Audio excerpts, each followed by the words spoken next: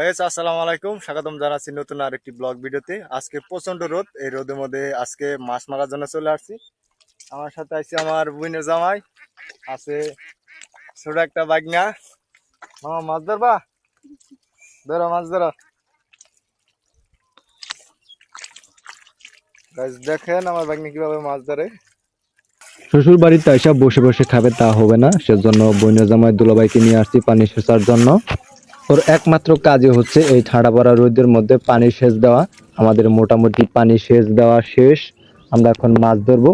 এই যে দেখেন আমার বাইগনা, সেও মাছ মারার জন্য চলে আসছে। আমার বাইগনা মাছ ধরতে পারে না একটাও, তবু দেখেন একদম পাছা ফোসার মধ্যে শরীরের মধ্যে কেতা ঠেতা ভরে একদম একাকার।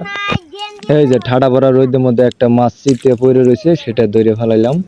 বাইরে ভাই যে পরিমাণে রোদ আর যে পরিমাণে গরম, এখানে মাছ মারা না তো মরণ, তবুও মাছ মারার জন্য চলে আইছি মনের হাউসে। মাছ দেখে আর লোভ সামলাতে পারি নাই, সেজন্য চলে আইছি।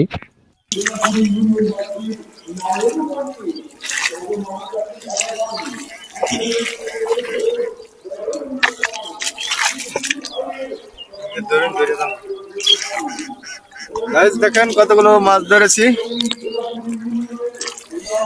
আর ভিডিও করে দিচ্ছে আমার বাগনা। আজকে কিন্তু প্রচন্ড রোদ,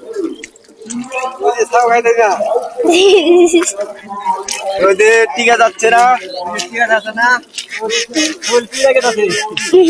একদম কঠিন রোদ।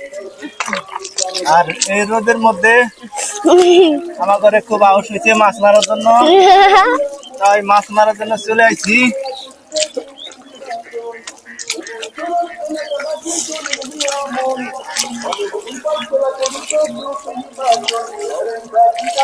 সামনে দেখো, সামনে মাছ আছে।